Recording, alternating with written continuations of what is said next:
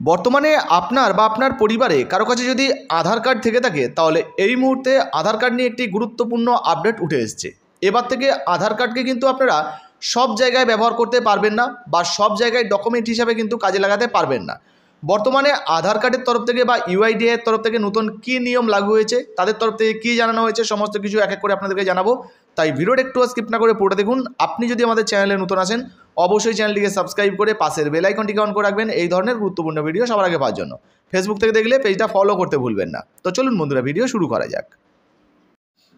তো বন্ধুরা, এই মুহূর্তে আধার কার্ড নিয়ে সম্পূর্ণ নতুন আপডেট উঠে এসছে। দেখুন, বলা হয়েছে আধার কার্ড থাকলেই তার নাগরিকত্বের প্রমাণ নয়।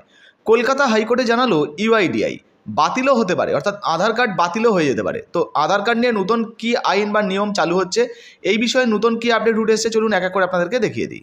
দেখুন, এখানে বলা হয়েছে আধার কি নাগরিকত্ব বা বাসস্থানের প্রমাণপত্র, এই নিয়ে নানা সময়ে নানা প্রশ্ন উঠেছে। এই নিয়ে কিছুটা বিভ্রান্তিও আছে। তবে এবার এই নিয়ে যাবতীয় প্রশ্নের উত্তর দিয়ে দিল unique identification authority of India বা ইউআইডিআই।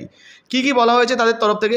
দেখুন, বলা হয়েছে তাদের তরফ থেকে কলকাতা হাইকোর্টে বৃহস্পতিবার জানানো হয়েছে যে আধার নম্বর নাগরিকত্ব বা বাসস্থানের প্রমাণপত্র নয়। ইউআইডিআই এর তরফ থেকে তাদের আইনজীবী কলকাতা হাইকোর্টে এই কথা জানিয়ে দিয়েছেন। আইনজীবী লক্ষ্মী গুপ্তা জানিয়েছেন যে আধার কার্ড সেই সমস্ত নাগরিকদের দেয়া হয় যারা এই দেশে 182 দিন টানা বসবাস করছেন, যাতে তারা সরকারি ভর্তুকি পেতে পারেন। তো বুঝতে পারছেন, 182 দিন যারা ভারতবর্ষে বসবাস করছেন তাদেরকে কিন্তু আধার কার্ড দেওয়া হয়। পাশাপাশি বলা হয়েছে, দেখুন, জয়েন্ট ফোরামের তরফে এনআরসির বিরুদ্ধে একটি পিটিশন দাখিল করা হয়েছিল। সেখানে বলা হয়েছিল যাতে আধার অ্যাক্ট 2023-এর 28A বাতিল করা হয়। তবে আইনজীবী জানিয়েছেন ইউআইডিআই কোনো বিদেশি ব্যক্তি যিনি ভিসার মেয়াদ ফুরিয়ে যাওয়ার পরেও এই দেশে অতিরিক্তভাবে থাকছেন তার আধার কার্ডকে নিষ্ক্রিয় করে দিতে পারে। বুঝতে পারছেন, বর্তমানে যে সমস্ত বিদেশিরা ভিসা নিয়ে ভারতে এসছেন, যাদের ভিসার মেয়াদ শেষ হয়ে গেছে, তাদের কিন্তু আধার কার্ড বাতিল হয়ে যেতে পারে। প্রধান বিচারপতি টি.এস. শিবজ্ঞানম ও বিচারপতি হিরণময় চট্টোপাধ্যায়ের ডিভিশন বেঞ্চে একটি জনস্বার্থ মামলা করেছিল জয়েন্ট ফোরাম।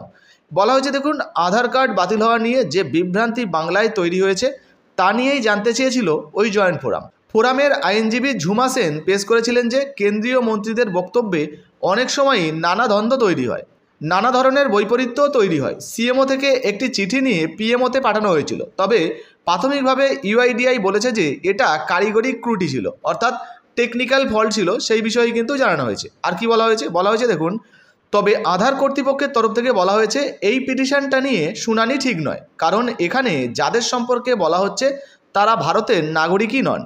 পাসপোর্ট অথরিটি বা ফরেনার্স অ্যাক্ট নিয়ে যারা কাজকর্ম করে তাদের থেকে এই নিয়ে তথ্য নিতে পারে আধার কর্তৃপক্ষ।